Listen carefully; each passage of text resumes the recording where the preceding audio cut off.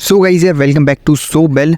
और आज वाली वीडियो में हम लोग एक्सप्लेन करने वाले हैं सोलो लेवलिंग की सीजन 2 की एपिसोड नंबर 3 को। तो यार ज़्यादा टाइम वेस्ट नहीं करते हुए सीधे चलते हैं अपने एक्सप्लेनेशन की तरफ। तो यार एपिसोड 2 के एंड में हमने देखा था कि जिनवू जिनो और सुंगी के साथ एक नई मिशन पर जा रहा है और इस एपिसोड में हम इसके आगे देखेंगे। तो एपिसोड 3 शुरू होता है जिनवू और जिनो के फाइनल रेड के साथ, जो उन्होंने अपने 19 रेड एग्रीमेंट के हिसाब से किया था। इस रेड के दौरान पहली बार जिनवू के शैडोज को काम करते हुए देखकर शॉक हो जाता है और वो जिनवू से पूछता भी है कि तुम्हारे पास ये एबिलिटी भी है। लेकिन शैडोज को काम करते देख जिनो थोड़ा उदास हो जाता है और उसे लगता है कि उसकी कंट्रीब्यूशन कुछ भी नहीं है इस टीम में और वो कुछ भी नहीं कर रहा है, सारा काम जिनवू और उसके शैडोज ही कर रहे हैं। इसी बीच स्टोरी शिफ्ट होती है एक ए रैंक डंजन में, जो कि यूनाइटेड स्टेट्स में है, जहां एक ह्यूमनॉइड बीस्ट एक स्ट्राइक स्क्वाड को मार डालता है। बस ए रैंक हंटर जेम्स ही बचा हुआ रहता है। जेम्स पैनिक हो जाता है, पर वो फिगर अपने आप को एक इंसान बताता है जिसका नाम होता है सुंग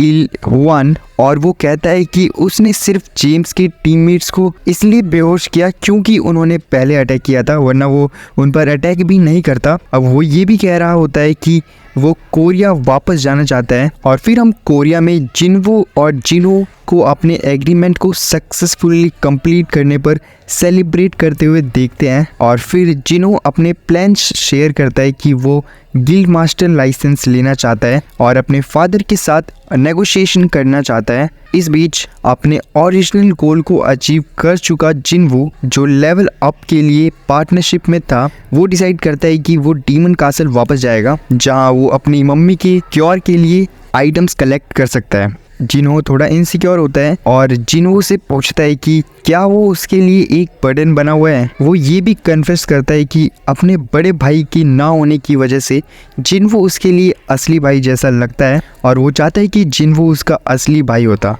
ये सब सुनकर जिनवू को अच्छा लगता है और वो जिनो से वादा करता है कि वो उसे अपना छोटा भाई समझेगा। और उसके बाद सुंग इल हुआन को कस्टडी में लिया जाता है जब वो अपने आप को एक कोरियन हंटर के रूप में रिवील करता है, जो कि 10 साल से डंजन में फंसा हुआ था, क्योंकि लोग समझ रहे होते हैं कि वो शायद एक बीस्ट हो।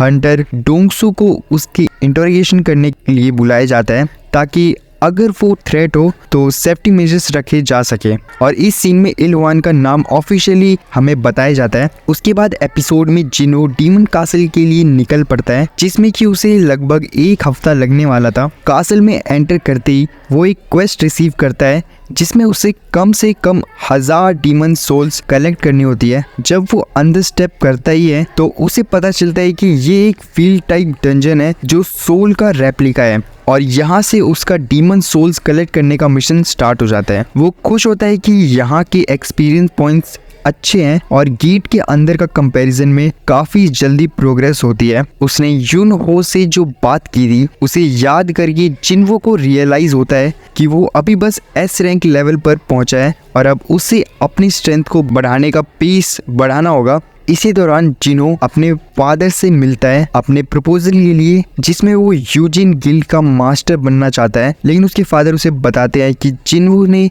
सभी इवेंट्स में इन्वॉल्वमेंट दिया था, इंक्लूडिंग रेड गेट वाला जो इंसिडेंट था, और कैसे उसने जिनो को गिल्ड मास्टर लाइसेंस लेने में हेल्प किया है। जिनो फिर भी अपने डिसीजन पर रहता है और उसके फादर सरप्राइजिंगली अग्री कर देते हैं, लेकिन एक शर्त पर कि जिनो गिल्ड चलाएगा, लेकिन ये कंडीशन है कि जिनवू को अपने गिल्ड में रिक्रूट उसे करना पड़ेगा। और इस वक्त जिनवू डीमन कासल में बहुत ही जल्दी प्रोग्रेस कर रहा होता है। कई फ्लोर्स क्लियर करते हुए वो आगे बढ़ रहा होता है। वो एस्टिमेट करता है कि इस डंजन में कम से कम 100 लेवल तो है, लेकिन उसे फ्रस्ट्रेशन ये होती है कि वो डिफीटेड डीमन के शैडोज को एक्सट्रैक्ट नहीं कर पा रहा है। और इसके बाद 5th फ्लोर तक पहुंचकर वो 10,000 डीमन सोल्स कलेक्ट कर लेता है और पहली बार एक रेड नेम्ड एनिमी से टकराता है, जो कि फ्लोर बॉस वल्कन होता है। जिनवू को वल्कन के साथ एक टफ बैटल का सामना होता है, जो अपने मूव्स प्रिडिक्ट करने में एक्सपर्ट होता है, लेकिन जिनवू उसे भी जल्दी अडेप्ट कर लेता है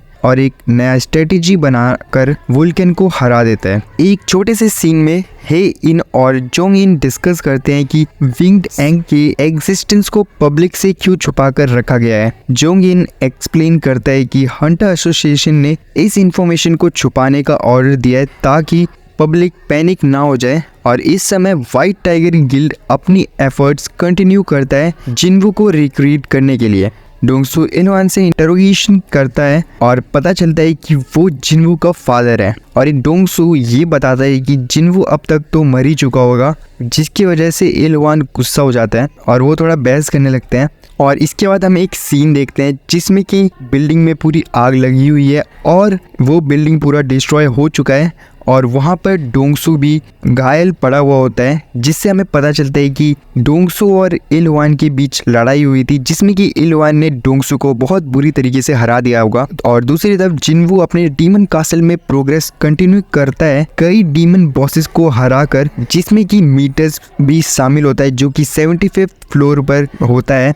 लेकिन जिन्वू का खाना खत्म हो रहा होता है, इसलिए वो अपने मिशन को पॉज करने का सोचता है। उसके रास्ते में वो कई वैल्यूएबल आइटम्स एक्वायर करता है, इंक्लूडिंग वोल्कन से वुड ट्री फ्रेगमेंट और मीटर से एक्वा ऑफ वाटर। ये दोनों इलेक्सर ऑफ लाइफ बनाने के लिए ज़रूरी कंपोनेंट्स हैं, और उसे अब इलेक्सर ऑफ लाइफ बनाने के लिए बस एक आइटम बाकी है जो उसकी मम्मी को बचाने के लिए चाहिए। उसके बाद जिन्वू डीमन कासल को छोड़कर वापस जा रहा होता है ताकि वो वापस आए और अपना मिशन कंप्लीट करे, और इसके बाद एपिसोड यहीं पर खत्म हो जाता है। सो गाइस यार, उम्मीद करता हूँ आपको सोलो लेवलिंग का सीजन 2 के एपिसोड 3 की हिंदी एक्सप्लेनेशन अच्छी लगी होगी। अगर आपको वीडियो पसंद आई है तो यार आप इस वीडियो को एक लाइक भी कर सकते हो, और चैनल पर पहली बार आए हो तो सब्सक्राइब भी कर लेना। बाकी यार मिलते हैं आपसे नेक्स्ट एनिमे रिलेटेड वीडियो में, तब तक के लिए भाई बाय बाय।